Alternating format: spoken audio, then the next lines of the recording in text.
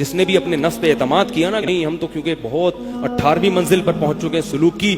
اور یاد رکھو کوئی پیر و مرشد اگر اس طرح کر رہا ہے، کسی خاتون کو سامنے بٹھا کے اس سے باتیں کر رہا ہے، یہ تنہائی میں ملاقاتیں کر رہا ہے تصوف کے نام پہ کہ روحانیت ٹرانسفر ہو رہی ہے، ایسے پیر سے بھاگو، یہ بہت کچھ ٹرانسفر کر سکتا ہے.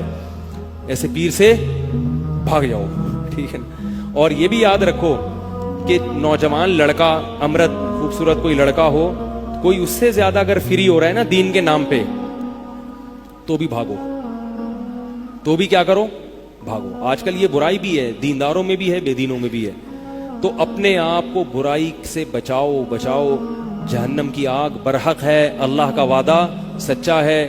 تو اللہ تعالیٰ ہاں میں جلدی سے وہ آیت پڑھ کے اپنی بات ختم کرتا ہوں. تو اللہ نے اتنی نشانیاں رکھیں کہ اب اللہ فرماتے ہیں کہ قیامت کے دن جب جہنم کا عذاب پیش کیا جائے گا نافرمانوں پر، تو اللہ ان سے کہیں گے اولم نعمرکم ما یتذکر فیہ من تذکر، کیا میں نے تمہیں اتنی عمر نہیں دی تھی کہ جس میں تمہیں نشانیاں دیکھ کر نصیحت حاصل ہو جاتی.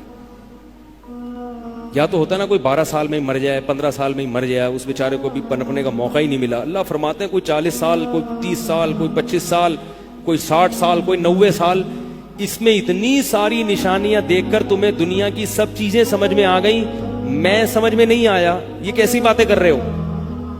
اور پھر اللہ ایک اور سوال کریں گے افا حسبتم انما خلقناکم عبثا، کیا تم یہ سمجھتے تھے کہ ہم نے تمہیں بیکار پیدا کیا، کھیل کود کے لیے، کھانے پینے کے لیے، موج مستیوں کے لیے پیدا کیا ہے.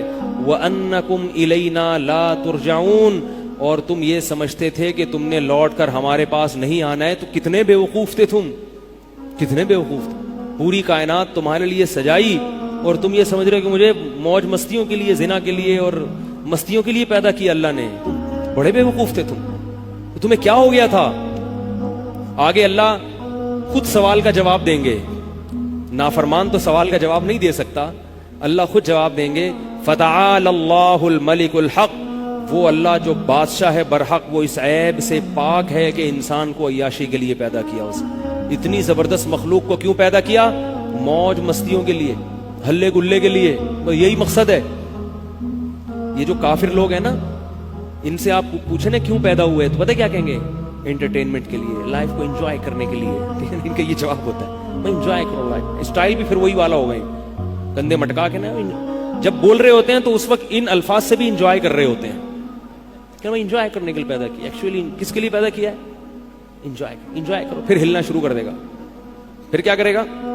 ہلنا شروع کرے گا، پھر یوں دائیں بجائے گا، پھر ناچنا شروع کر دے گا. جب ملتے ہیں کسی سے تو گھومنا شروع کر دے گا.